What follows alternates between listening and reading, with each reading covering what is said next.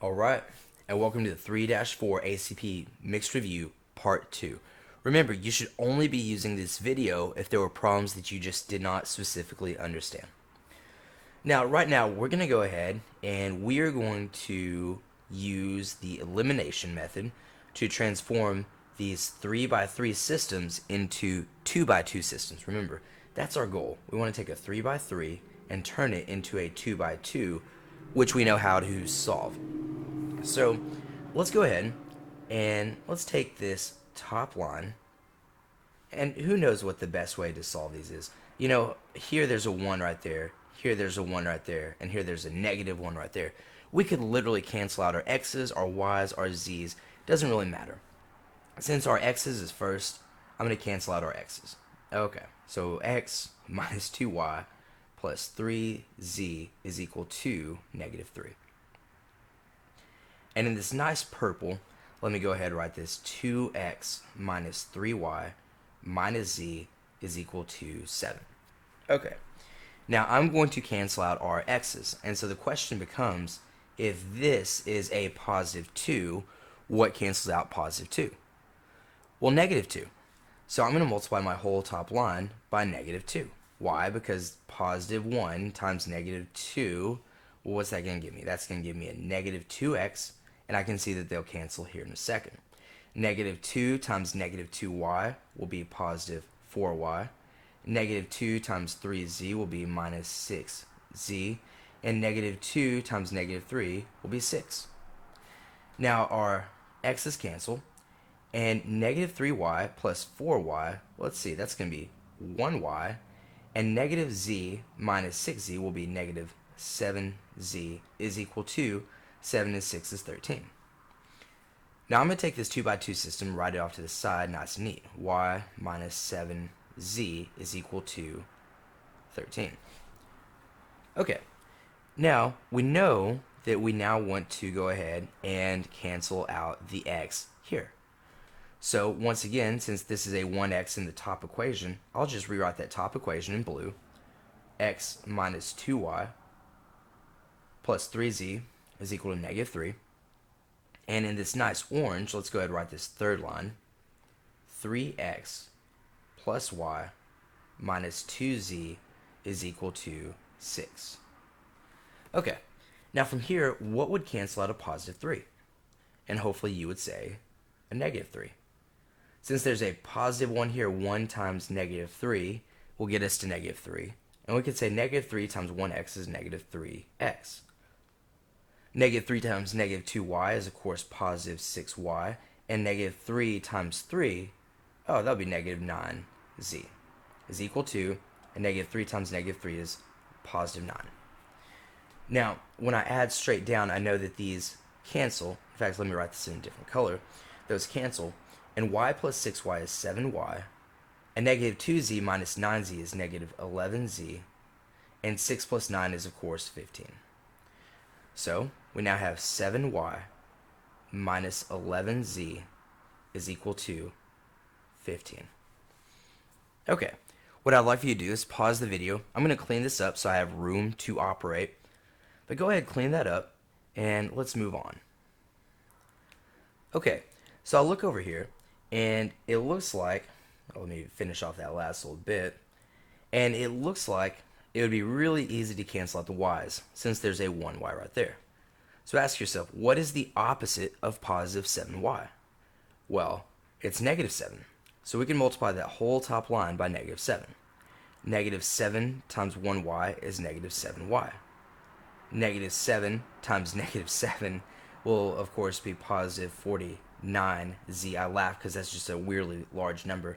And negative 7 times 13, let's see, that will be negative 91.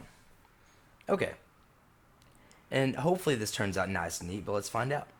7y minus 7y, those cancel. Okay. Negative 11z plus 49z, that's really like saying 49 minus 11. That'll give us 38z. And 15 minus 91, since one is positive and one is negative, we're actually subtracting the numbers, but the larger number is negative, so our final answer must be negative. Now let's see, 91 minus 15, well, let's see, let's break it up. 91 minus 10 is 81, 81 minus 5 is 76. So this would be negative 76. Now from here, some of you can already see the answer. Very cool. But in order to get the z by itself, oh, and by the way, this is where students get stuck. You do all this crazy math, and then you get to the final, the end, where it's like nice and easy, and you're like, I don't know what to do. Guys, check it out. 38z equals negative 76. We simply divide both sides by 38. We're just doing basic algebra here, and we get this. We get, you know what? Z is equal to negative 2. Okay, so now that we know z, well, we can find the rest of this.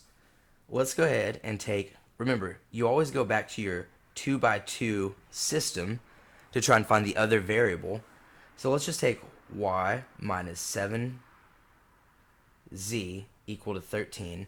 And of course, guys, we know that our z value is negative 2. Now we can go ahead and say, you know what, y and negative 7 times negative 2, well, that's 14, is equal to 13. And of course, we now subtract 14 from both sides. Guys, it's just basic algebra from this point. And 13 minus 14 is negative 1. Okay, we got z, we got y. Now it's time for us to go find x. In my opinion, as I look at these, the easiest one to find x would hands down be this top one. And the reason I choose this top one is because the x is already by itself. Okay, so what's that going to look like? We're going to write x minus 2y plus 3z is equal to negative 3. And what happens when we plug in these values that we know? We know that we know that z is negative 2, and we know that y is this negative 1. Well, what's this going to look like? Well, we could say, you know what, x, negative 2 times negative 1 is positive 2, and 3 times negative 2 is negative 6.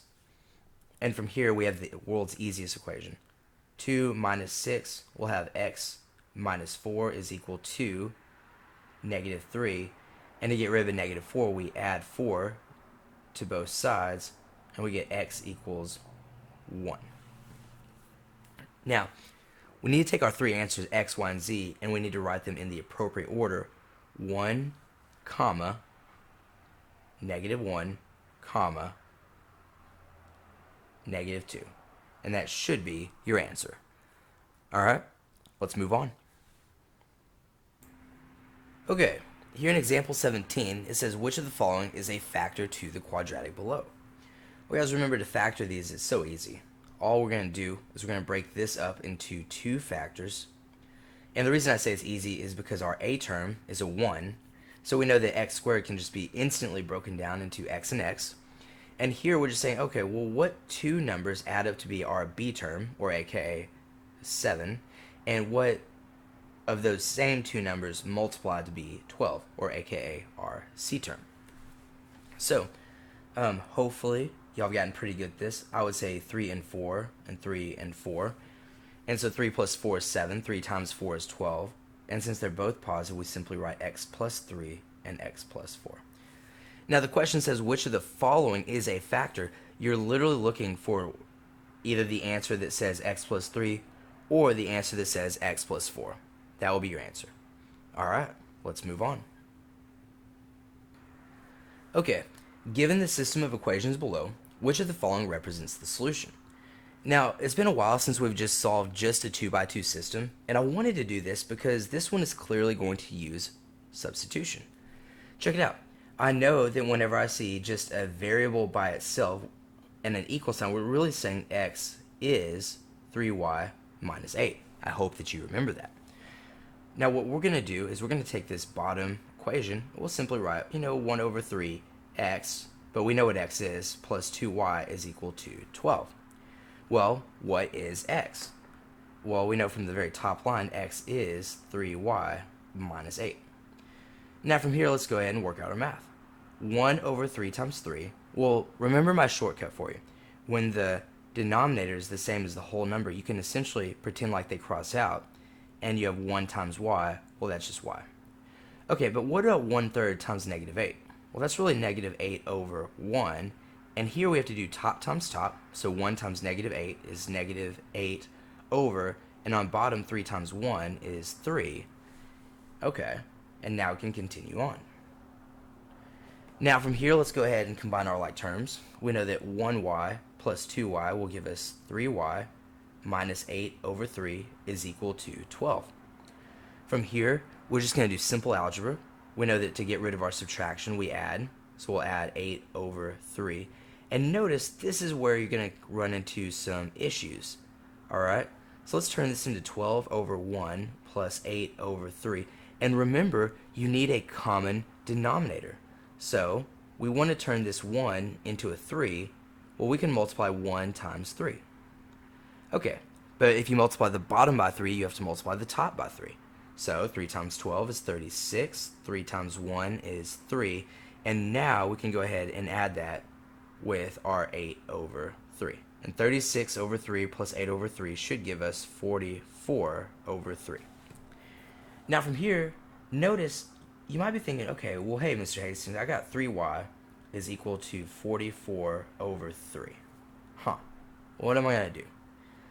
Well, the simple trick is this. You're just going to say, look, anytime I have a fraction on either side, and I usually would divide here by 3, I'm not going to divide by 3. I'm going to turn this into 3 over 1, and I'm just going to multiply by the reciprocal. So times 1 over 3 times 1 over 3. Those cancel, and we get this. Y is equal to top times top. 41 times 1 is 40. I'm sorry, 44 times 1 is 44, and 3 times 3 is 9. And now we have y is equal to 44 over 9. Now from here, how in the world are we going to finish this problem? Well, don't forget, we have to just take it in and plug it back into the original equation. I would probably choose this top value because since we know y, we want to find x, and here x is by itself. So let's say this, x equals 3y minus 8, where our y value is this 44 over 9. And check it out, this is really 3 over 1. So when I go to simplify this, I know that 3 times 44, let's see, that's 132, I think, 132 over the 9, or I'm sorry, 1 times 9 is 9. And both of these numbers can actually be divided by 3. 132 and 9 can both be divided by 3. So what I would do first before actually subtracting these is I would reduce this. 132 divided by 3 is 44, and 9 divided by 3 is 3. And so literally we can just rewrite this as, x equals 44 over 3 minus 6 over 1. And here we just apply the same trick as earlier. We'll multiply both the top and bottom by 3 and 3.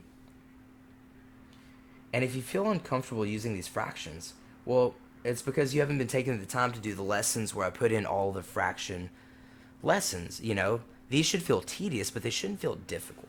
All right? Negative 6 times 3 is negative 18 over 1 times 3 is 3. And from here, we can go ahead and say, you know what? X is clearly going to be equal to 44 minus 18. Let's see. 44 minus 18. I don't want to steer you guys wrong. If I had to guess, I would say 26. But let me just use my calculator so I can double check. 44 minus 18. Yeah, it's going to be 26 over 3. Now notice we have our x value, we have our y value. How do we put this together? Well, we put our x value first, 26 over 3, and our y value second, 44 over 9. And there we go. All right, let's move on. Okay, now I wanted to start throwing in some SAT level questions because, guys, I wanted to get you all ready for the SAT. So here's a pretty simple one. It says, if 20 minus x equals 15, what is the value of 3x? Now, maybe unbeknownst to y'all, this is actually a mini little system, okay? So let's just go ahead and let's start figuring it out. If 20 minus x equals 15, let's use a color that'll show up here. 20 minus x equals 15. Well, guys, you simply solve for x. Minus 20, minus 20. Those go away. Now we have negative x is equal to negative 5. Ooh, that is sloppy. That is sloppy, sloppy, sloppy. My apologies. Is equal to -5. Now from here, there's really a -1 coefficient. That's what the SAT is banking on. The first thing to throw off students is what do you do when there's a -x? So you have to divide both sides by -1, and so x becomes +5. Perfect. Now what's the value of 3x? Well, guys, you just take the x and plug it in. You have no idea how many students miss this. 3 times 5 is 15. And the answer is C. All right, let's move on to our next SAT question, which will be slightly trickier. Okay, turned out I couldn't fit this whole one on the page with the numbers, so let's just say, you know what, this is problem number 20.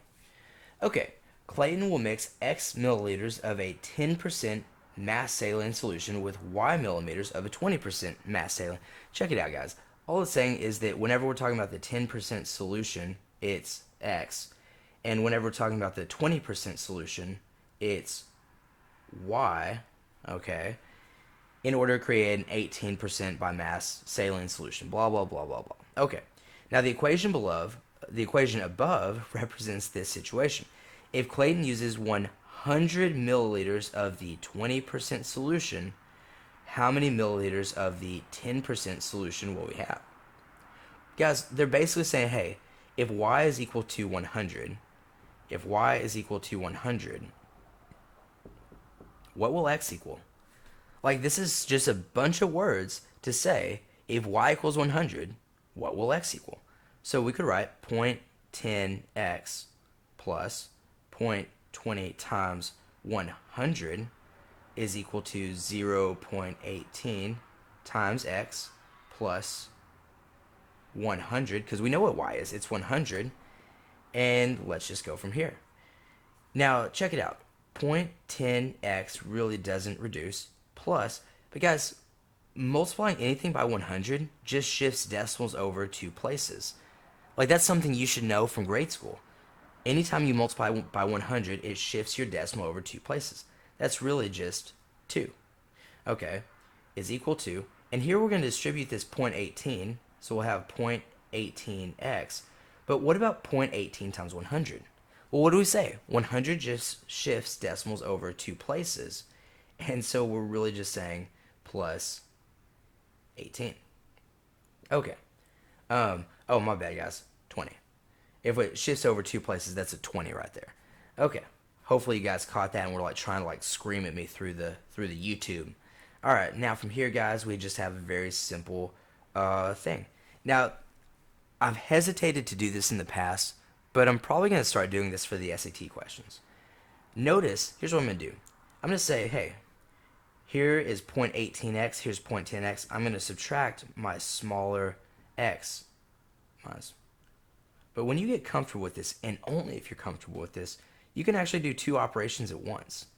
You can do 2 operations at once. So if I'm subtracting the 0.10, okay, that means I have to subtract the 18 minus 18. I'm just doing 2 operations at once. And what's going to happen here? Well, those cancel, and 20 minus 18 is 2 is equal to, and 0.18 minus 0.10 is 0.08x. And now all we have to do is divide both sides by 0.08. Divide both sides by 0.08.